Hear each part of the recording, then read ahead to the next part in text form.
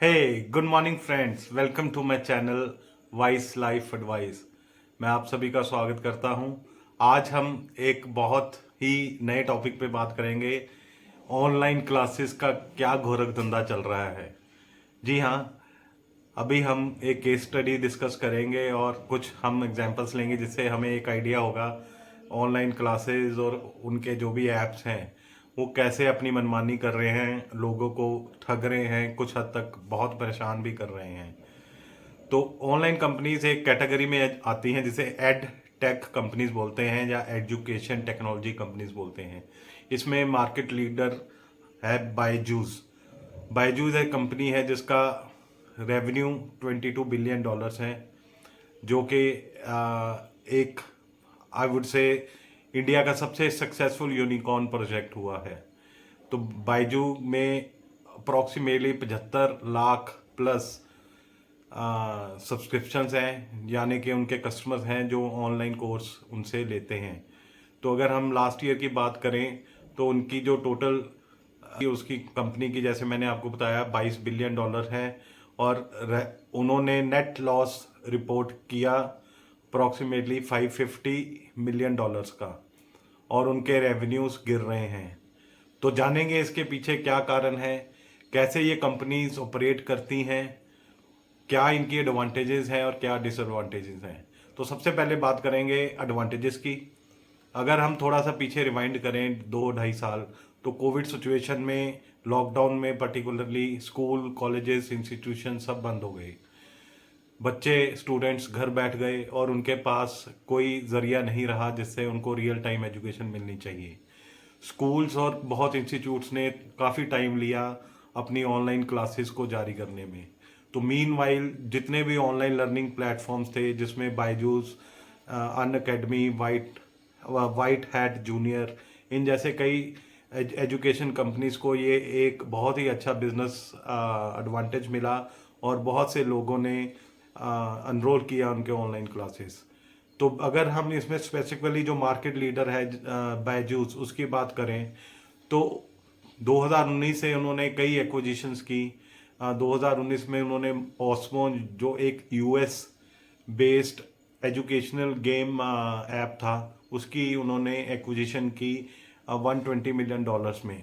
उसके बाद 2021 में उन्होंने कई ऑनलाइन एजुकेशन ऐप्स की उन्होंने एक्विजिशन की, जिसमें Great Learning app 600 million dollars, Toppr 150 million dollars, White Hat Juniors 300 million dollars, Aakash institute जो एक सबसे बड़ा इंस्टीट्यूट है मेडिकल एंट्रेंस एग्जामिनेशंस के लिए, उसकी एक्विजिशन की वूपिंग 1000 मिलियन डॉलर्स। और तो कुल मिला के उन्होंने 2-3 बिलियन डॉलर्स की एक्विजिशन की।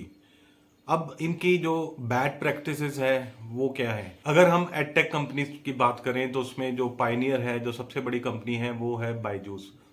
बायजूस का जो रेवेन्यू है वो 22 बिलियन डॉलर्स है लास्ट ईयर, और उन्होंने अपने लास्ट ईयर सितंबर 2021 में जो अपनी बैलेंस शीट में डिक्लेयर किया, उनको नेट लॉसेस थे 550 मिलियन डॉलर्स के, और उनका रेवेन्यू 3% से गिर रहा था ईयर ऑन ईयर। तो ये 22 बिलियन डॉलर कैसे बनी। बायजूस इंडिया का सबसे सक्सेसफुल यूनिकॉर्न प्रोजेक्ट माना जाता है। यूनिकॉर्न प्रोजेक्ट वो दो होता है दोस्तों जिसकी टर्नओवर 1 बिलियन डॉलर होती है। अगर आप यूएसए का आज डॉलर रेट देखें तो अप्रोक्सीमेटली 8,000 करोड़ प्लस। तो आप हिसाब लगा सकते हैं बायजूस की टर्नओवर 22 बिलियन डॉलर है आज की डेट में। तो कैसे बनी बायजूस इतनी सक्सेसफुल। बायजू की सक्सेस के पीछे दो मेजर कारण हैं। एक है उनकी एक्विजिशन स्ट्रेटजी और दूसरा है कोविड-19 हैं, जो आपने थंबनेल पे पढ़ा।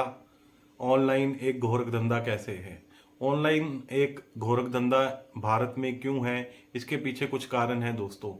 सबसे पहले जो कारण है वो है सेल्स स्ट्रेटजी, जो बहुत ही ऑब्नॉक्शियस है, या हम कह रहे बहुत ही डेंजरस सेल्स स्ट्रेटजी है इन ऑनलाइन कंपनियों की।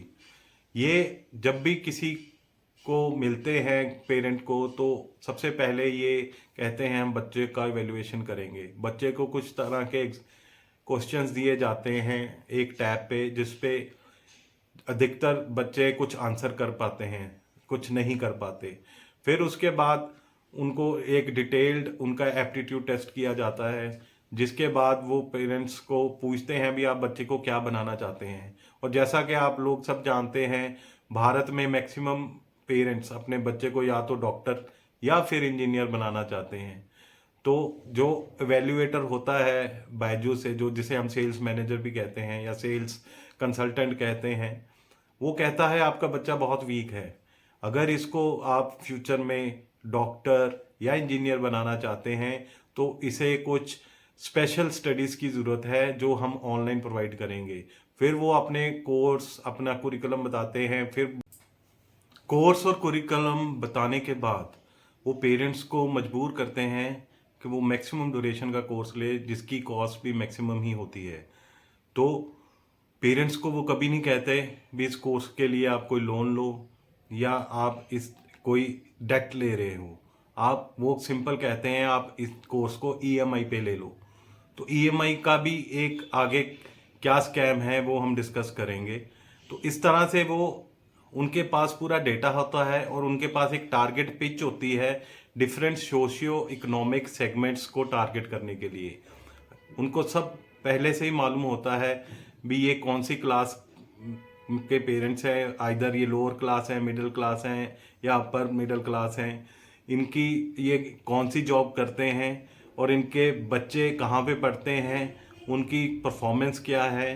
तो ये सारी चीज़ें को वो पहले से ही उनके पास सारा डेटा होता है। ये डेटा उनके पास कहाँ से आता है ये भी आगे चल के अभी डिस्कस करेंगे।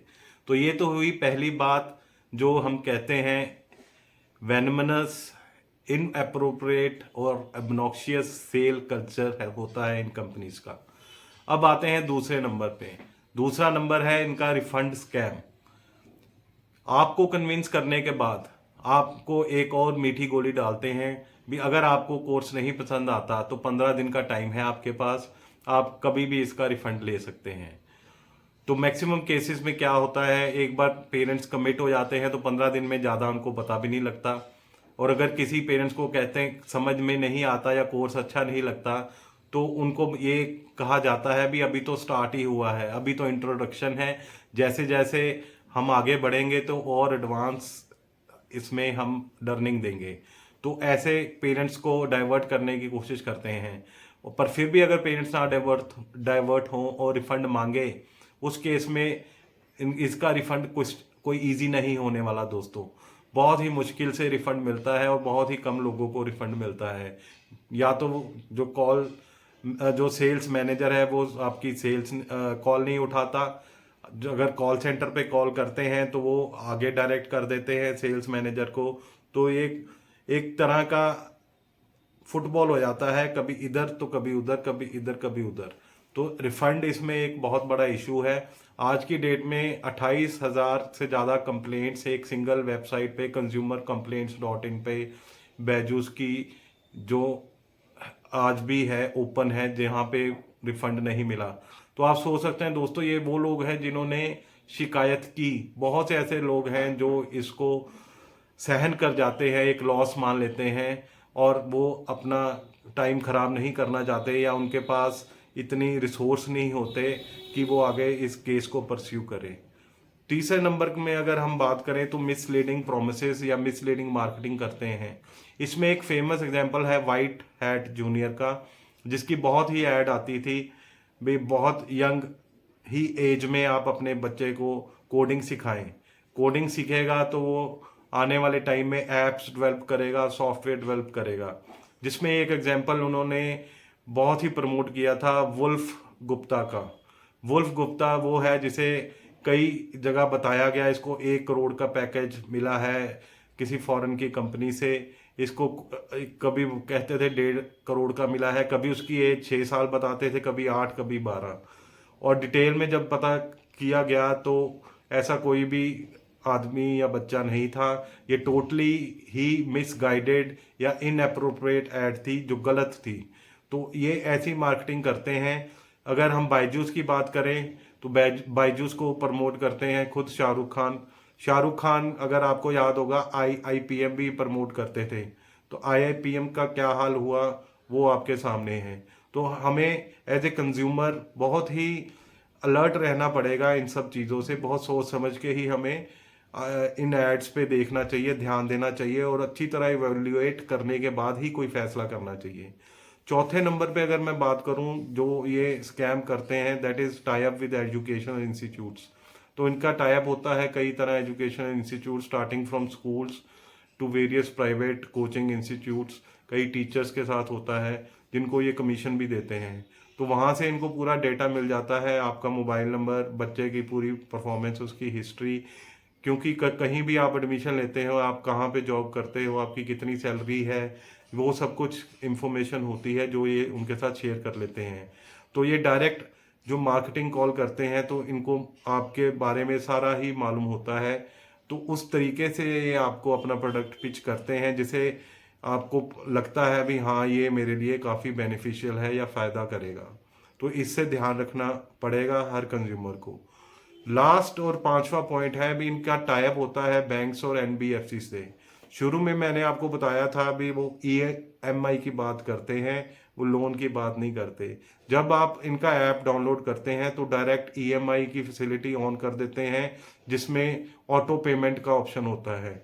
अब आपने 60,000 1 लाख की EMI करवा ली, लेट्स से 3 साल के लिए, 4 साल के लिए, महीने 2 महीने के बाद आप ये कोर्स नहीं करना चाहते, अगर आप इसको बंद भी करवाना चाहें तो ये बंद नहीं होगा। अगर आप बैंक को कहेंगे, बैंक के पास अथॉरिटी नहीं है बंद करने की। जिसका आपने कोर्स लिया है, जिसकी ऐप है, उसी के पास अथॉरिटी है ये बंद करने की, और वो आपकी नहीं सुनता। तो क्या होता है, आप कोर्स भी नहीं कर रहे और आपको EMI भी देनी पड़ रही है। मैक्सिमम लोगों को यही परेशानी आ रही है, जिसके कारण उन्होंने कई कंप्लेंट्स रेज की है, कई कंप्लेंट मिनिस्ट्री के पास भी गई है। अब इसमें हमारे जो मिनिस्टर हैं, मिस्टर अशोक पाटिल, जो मिनिस्टर ऑफ कंज्यूमर अफेयर्स हैं, उन्होंने वो पॉलिसी लेके आ रहे हैं एड टेक कंपनीज के लिए, और उनके लिए गाइडलाइंस बहुत ही जल्द इशू होने वाली है। तो होपफुली आने वाले टाइम में ये सारी प्रॉब्लम जो हम फेस कर रहे हैं ये शायद बंद हो जाए और हमें कुछ ना कुछ फ़ायदा हो। तो आज का वीडियो कैसा लगा दोस्तों? आज का वीडियो अगर आपको अच्छा लगा तो कृपया इसे लाइक, सब्सक्राइब करें और अपने दोस्तों के साथ शेयर करें। Thank you.